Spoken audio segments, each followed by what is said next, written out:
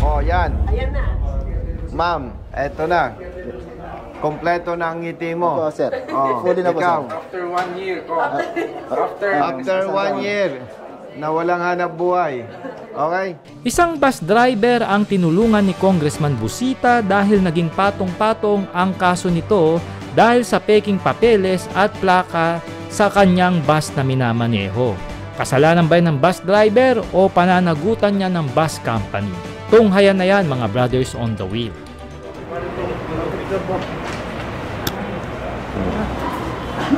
Saan ka? From Tiplex po. Triplex. Ako din po. Brother, alam mo yung tatakbuhin ko? Apo, senador po. Senador. Matik po yan.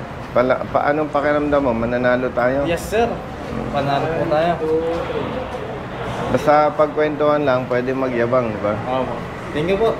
Brother, Oh, how are you? walang iya, tatawag pa lang ako sa'yo. Naano mo ba? Naano mo ba? Grabe Ano?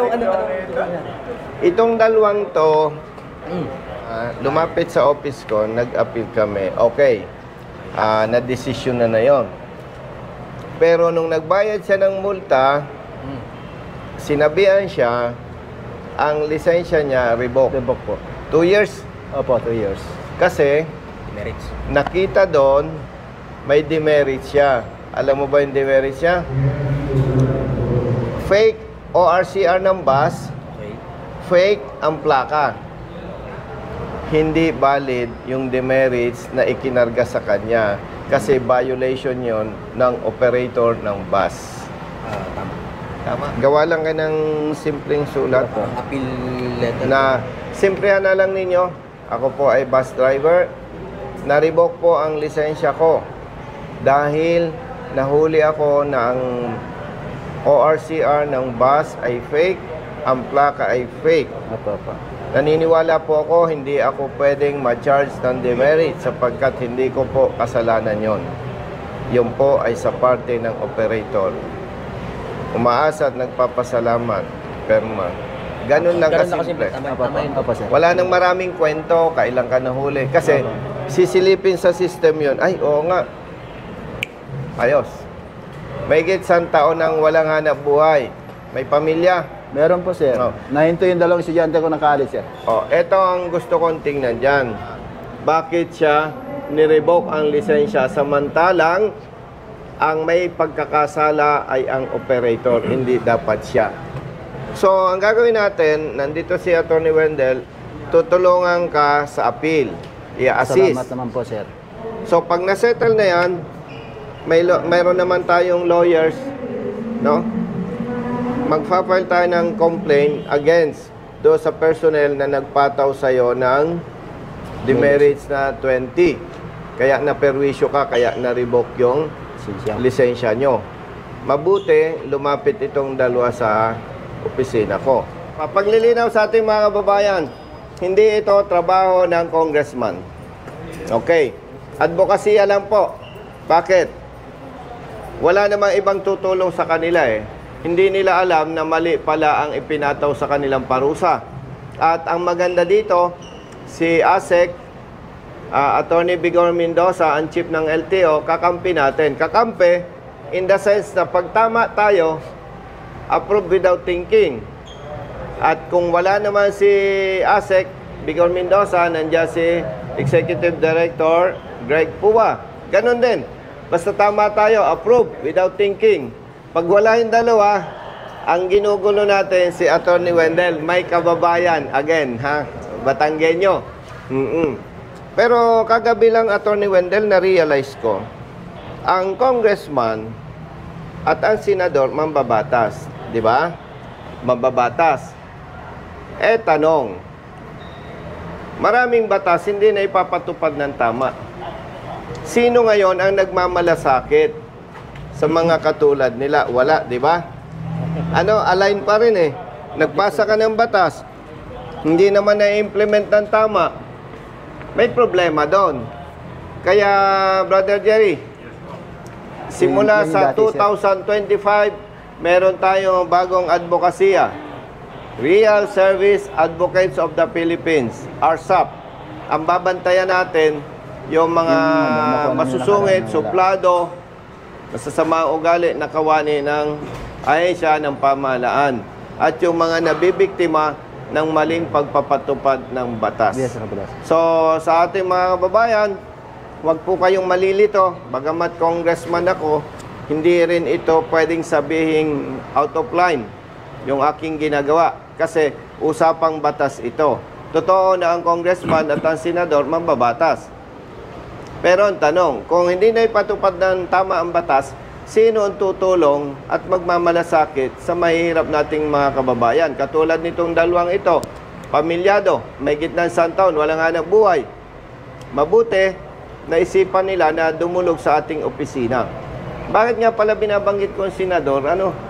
Congressman naman ako, Parang napatawa yung kababayan ko, Ang taas talaga ng IQ nito, Sabi niya, mukhang may iniisip ka, kabayan, Anyway, brother, itong dalawang ito, iwanan ko sa'yo. Just walk. Opo, sir. Oo. Kaya binanggit ko na rin po sa inyo yung idinudulog ko para malinaw sa inyo.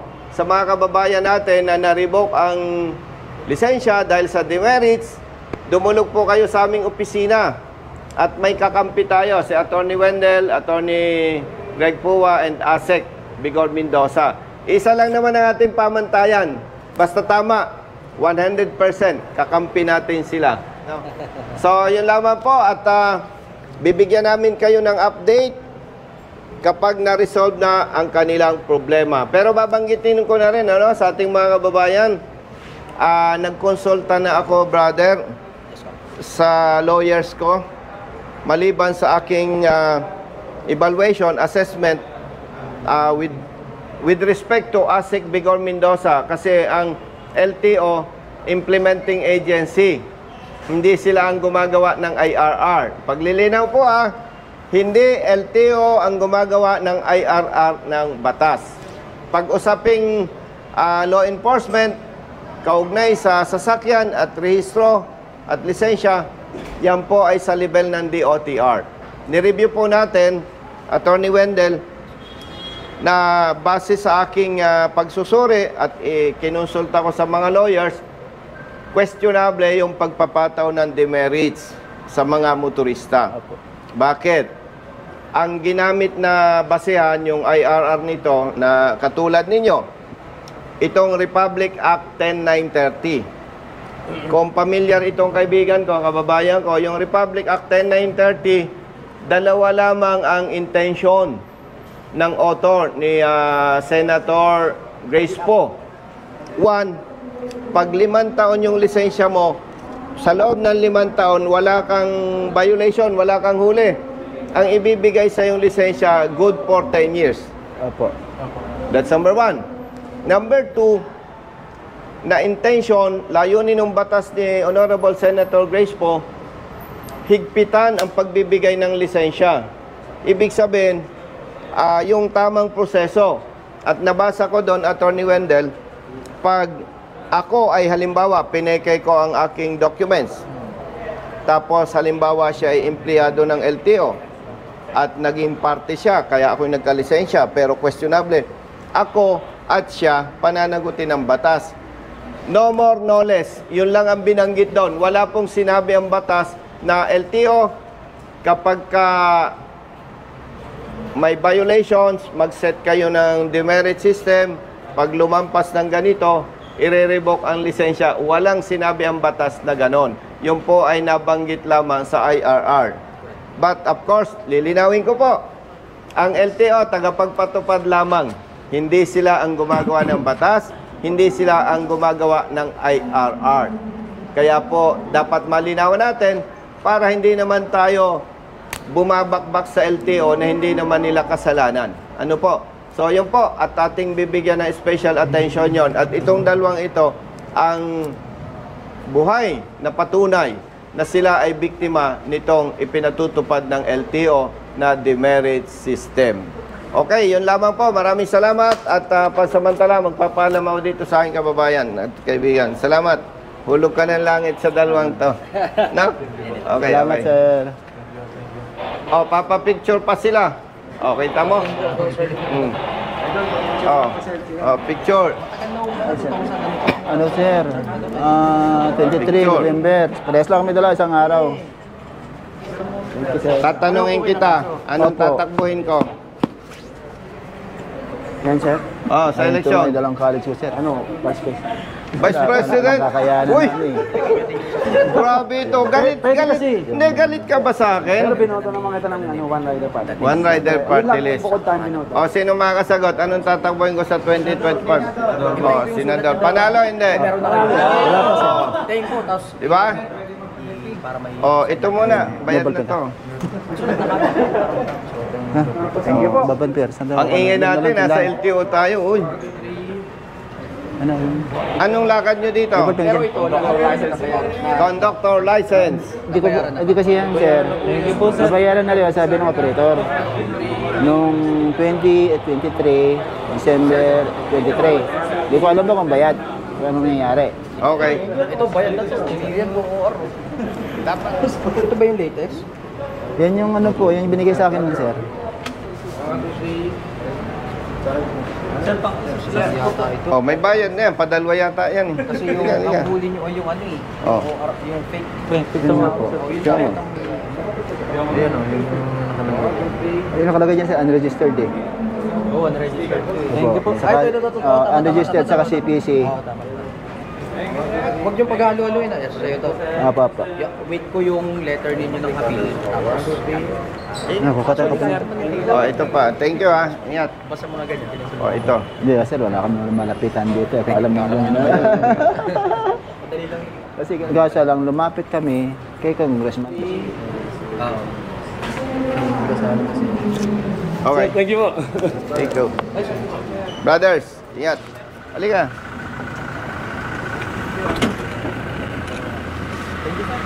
Tayo naman, tara na. May certificate kayo sa dito sa Dito. Salamat po. Halika. Kasama na rin kayo mamaya sa conference.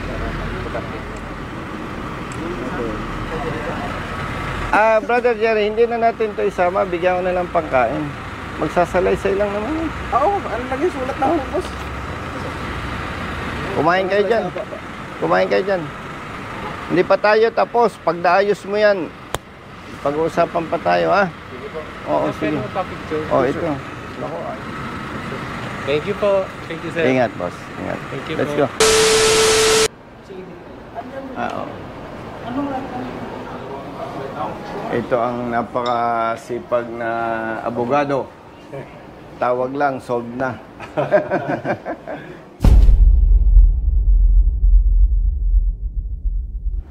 Sa 25. Sa 25 ko pa mag-relax. Oo. Grabe naman. Grabe naman. Oh, Merry Christmas. Nako, sabi Merry Christmas, boss. Thank you po. grabe oh. Alam mo, kahit wala akong matanggap na ganito eh. Oh. Boss, Hindi, bawiin mo yung pa-Christmas mo sa kanya. bakit? Ako may Merong Christmas sa'yo, sir. masigit kang pa-Christmas sa kanya eh. Oh, ano yun? Hindi, okay lang. Dagdag Joke mo lang, yan. hindi, joke lang. Oh. Siya yung 1 year mahigit ng walang hanap buhay. Na-revoke ang lisensya dahil sa demerits na ang problema, yung violations na naikarga sa kanya, violations ng operator. Eh, may info ko, nirecommend mo na kay ASEC at Okay. Pirmada na. pinurmahan na ni ASEC. Oo. Kunin natin Oo. anong opinion niyo, sir? Apelyido. Guillermo, sir. Yung Guillermo po. Guillermo. Ang apelyido niyo, Guillermo? Opo, sir. Taga saan kayo? Tuwigraw. Naku, tugig ka raw. Guillermo ako kung. Naloko na. Tingnan mo ha. Pero yung ano, sir. Attorney Greg Guillermo. Greg, Kuwa. Attorney Greg Guillermo Owa. Mr. Guillermo. Biktima ng sistema na naabutan nila na matagal nang ipinatutupad. Kita mo, tinamaan pa kamag-anak mo. Sigurado ko kamag-anak niya eh. Bakit? Guillermo, taga-Tugigaraw. Taga-Tugigaraw. 100%. Galing kaming Ilocos lahat yan. Ilocos din ako, sir. Ilocos din. O yan. Okay, Oh, tamo, ibang bilog Ilocos ang kami. mundo. Ibig sabihin, yan yung malaking challenge kay Director na talagang we have to address this problem. Yes. Hindi ibig sabihin magkamag-anak sila. Kundi dahil kawaawa. Mahigit ng isang taon. Isang taon. Pero bilog talaga ang mundo. Oo. Ang daming mabibiktima, napasama pa yung kamag-anak ni Director. Yung kasama mo, more than 1 year din. Kasabi nga siya, sa araw din yun, isang bus lang din po, isang kumpanya lang po. Siyempre, tawag pa lang yan. Ito na po. Ito na po. Oh, leave. Order. Mag-undergo lang ng psychiatric. Pero dito na lang yan. Pero excuse me, mabuti binasa ni Director. Pahawak. Gusto kong humirit eh. Pero siyempre, anuhin mo ako kung mali ako.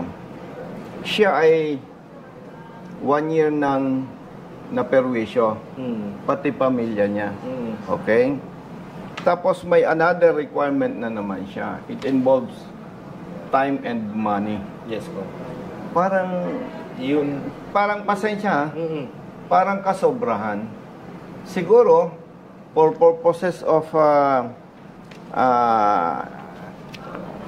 matiyak na nasa normal condition pa rin yung kanyang pag-iisip, ang pwede lang gawin siguro natin, alika, psychologist, paki-assess mo nga itong tao na ito kung nasa normal pang pag-iisip nito, baka yung mahigit 100 taon niyang walang hanap buhay, pamilyado, baka naapektuhan yung pag-iisip niya.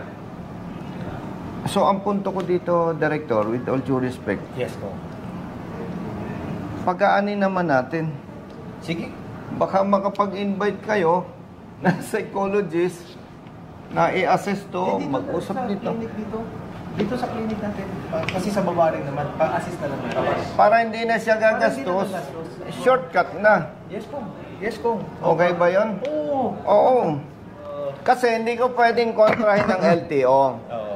na hindi siya mag-undergo ng neuropsychiatric assessment. Kasi pwedeng sa 1 year niyang walang hanap buhay, pamilyado, baka naapektuhan yung Yung kanyang dalawang moral. anak, sir, standby. Di ba? Nag-aral.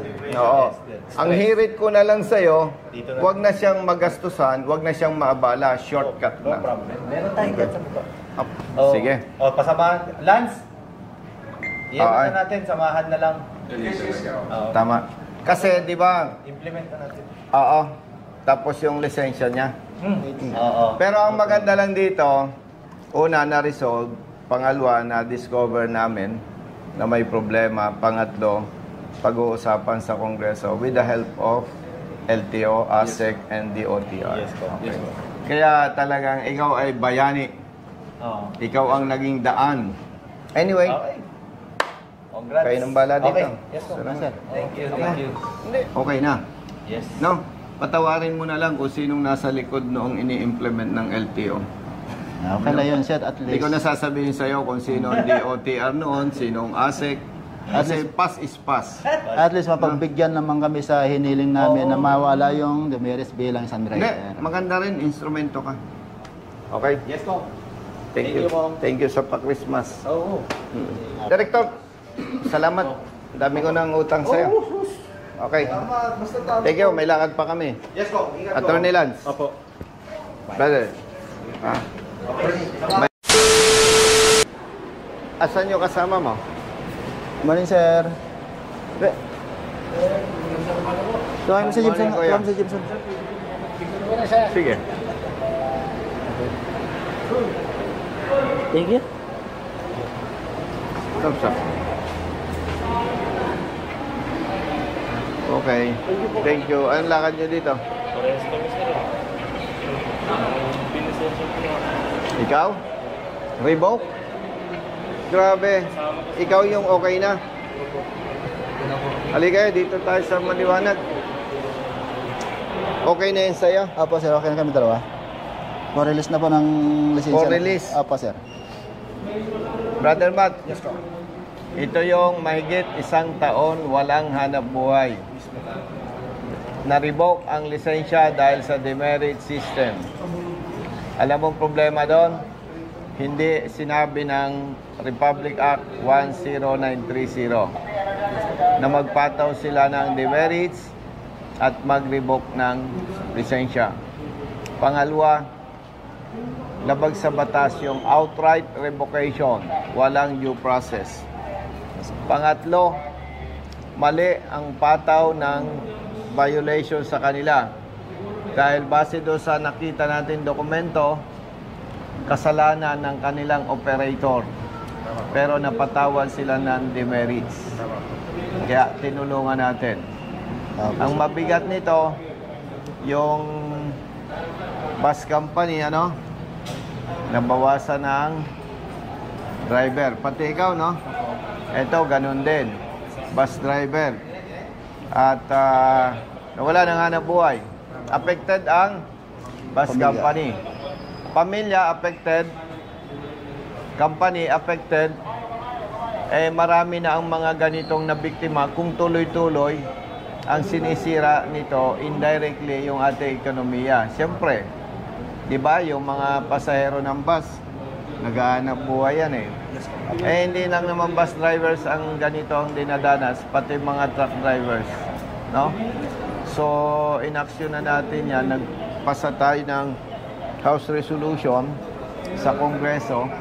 Umaasa tayo na ito ay bibigyan ng pansin ng leadership ng House of Representatives at umaasa rin tayo na sa tulong ng chairman ng Committee on Transportation sa Kongreso, si Honorable Congressman Romeo Acop, ay maimbestigahan to para maputol na yung pagdami ng mga nabibiktima na katulad nila. Ikaw, mahigit saan taon din? Tingnan mo yan. Ito pa pala. Ito, kasabay pa yun, sir. ito nilapit natin kay Executive Director Attorney Greg Pua at kay Attorney Wendell.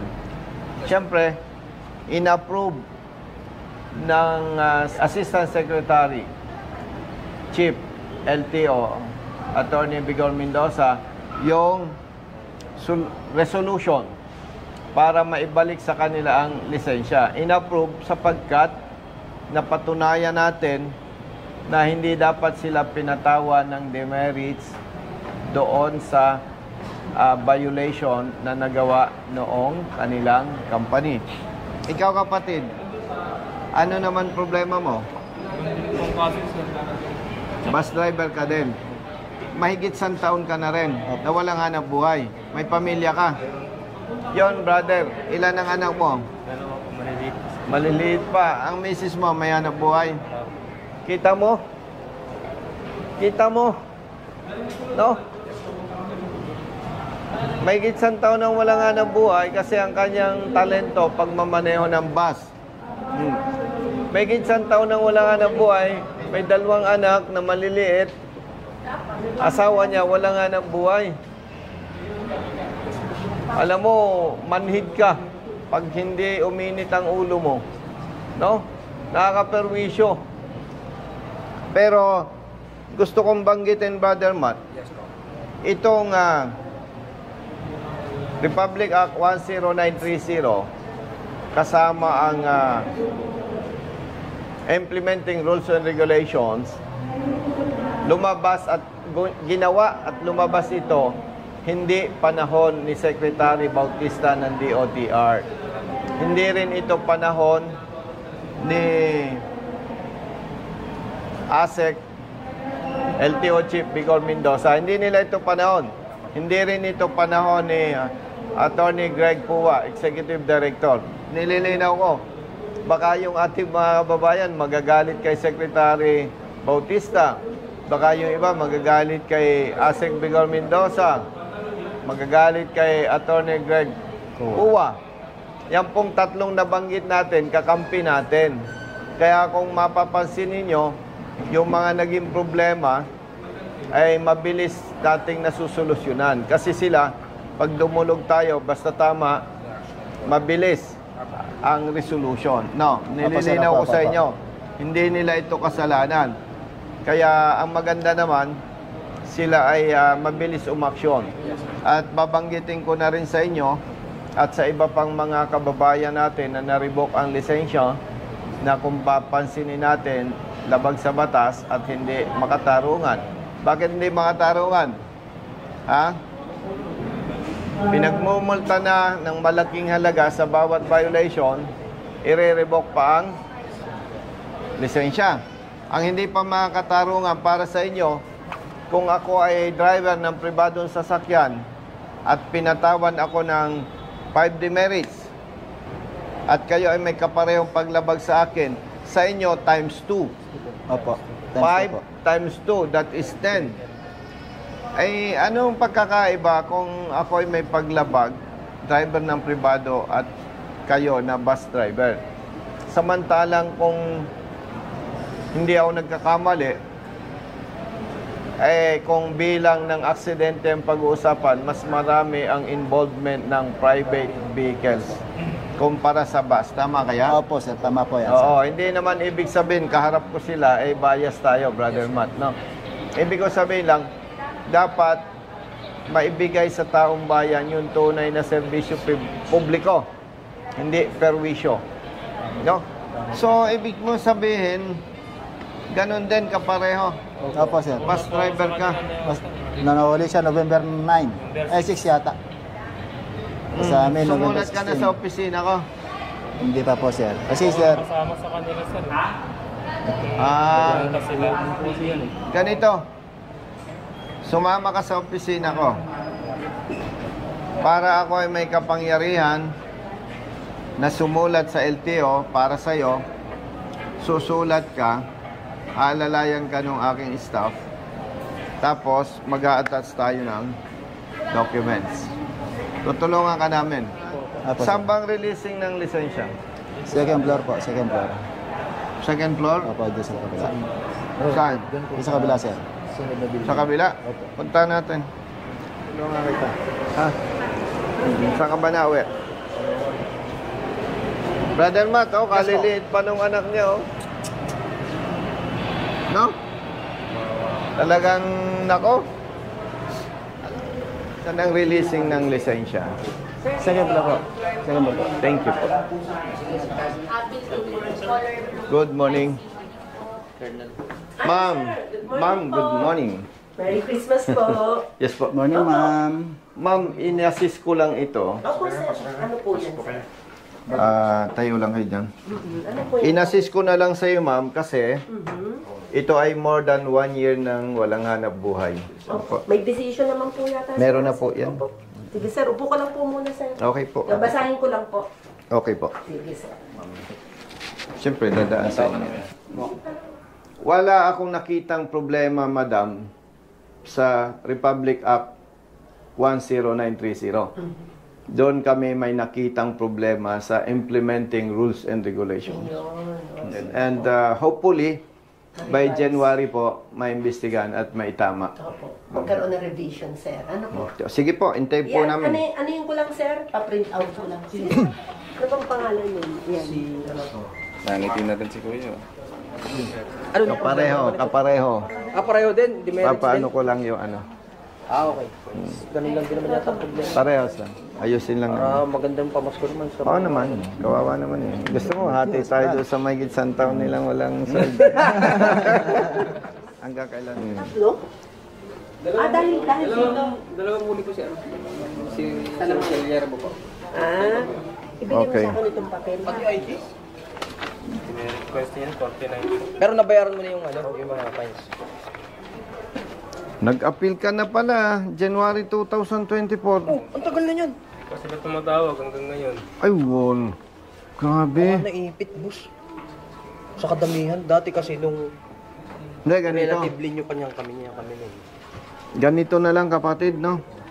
January 2024, nag-appeal ka, di ba? Ipatrace natin kung sino ang dapat kasuhan dito, no? Kapareho nyo, no? Opo, sir. Opo. Fake ang papel. May ticket ba dito? Kung kukuha sa yung hindi pa nakasama. Kapareho nila. Grabe, brother, oh.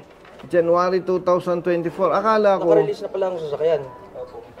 akala ko hindi siya nag-appeal. Dahil lumapit kayo sa akin, diyan pa lang nahuhukay. Siyempre, pag lumapit sa office ko, evaluate ko. Pag nakita kong tama sila, lalapit ako sa inyo. Okay? Pamilyado, 2 anak naman. Ipakita mo yung picture ng anak mo para si Attorney Wendell ay lalong maawa sa'yo. 2 maliit na bata. Asawa niya, walang hanap buhay. Parang gusto ko nang gawin agad. Ngayon ay Miyerkules. Puhulaan ko yan bago mag-Biyernes release yan. Galing. Salali sa inyo, attorney. Salamat sa iyo, Attorney Wendell. Kasi alam mo ang gagawin na yan, hindi ko alam kung tama ako, brother. Titingnan ni attorney yung documents. Pag nakita niya, kamukha nung kaso nung dalawa. Ay mga papalitan lang yan. Alam mo. Alam mo ba't alam ko? Sinong estudyante hindi nangopya nung nag-aaral pa? Diba? Sanay tayo mangopya. Diba? Ang iniiwasan ko lang talagang makopya yung pangalan ng katabi ko. Kalokohan eh. Gagayahin. Contact number. Hindi. Tsaka in your case, enforcement kayo. Hindi nyo pwedeng questionin. Diba? Kaya na rin namin, sabihin sa amin, Hindi. yung proper enforcement yan. Hindi. Tsaka wala kayo sa position para questionin. No? Kaya tulungan mo. Sige, brother. Action na natin yan. Brother, alika. Si Attorney Wendell, hindi na yan mag-break time sa lunch. Kasi nung makita yung 2 anak mo, awang-awa siya sa'yo. Sa labang ka. Older, 2 years older si madam sa akin, ano? Okay lang. Di ba? Hindi man halata. Hindi naman. Sipag mo eh. Oh, sir, ikaw din. Masipag ka din. Hindi. Sige, Salamat po, kayo. ma'am. Kunwari lang po. Salamat po. Salamat po, Oh, ma'am. nasan? Kayo. Oh, yan. Ayan na. Ma'am, eto na. Kompleto na ang ngiti mo. Opo, sir. Oh, Fully na po, ikaw. sir. After 1 year, After 1 year na walang hanap buhay. Okay? O sige, pasalamat kayo kay ma'am. Thank you, ma'am. Merry Christmas po. Ma'am, dito ka sa tabi namin. Hawakan niyo yung lisensya niyo. Bakit yung lisensya niyo? Yan. Ano niyo yung lisensya niyo?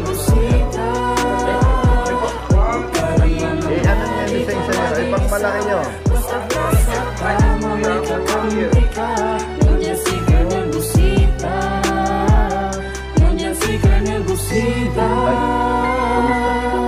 Bilat sa init, minsa'y basa din ng ulan.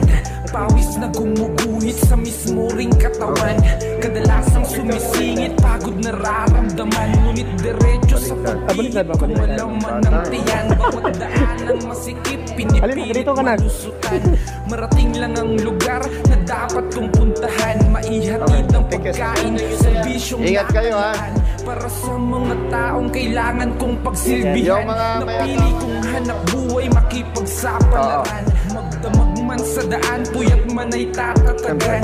Para sa pamilya ko na laging nakaabang. Handa akong gawin lahat. Congratulations! Ng marangal, kahit pa may sandaling tila ba Ayan, thumbs up. natatapakan ng karapatan sa tuwing minsan ay nararanasan. Di patas Okay. na pagtingin ng ilang nanununo. Ingat kayo, ha? Mga taong Tawagan, ha? abusado sa kimsa O, kapangyarihan. bas ang minamaneho mo, no? Thumbs up, syempre. Thumbs up. Thumbs up. Yan. Okay. Salamat po. Tol. Thank you. Ingat, ha? Ingat kayo.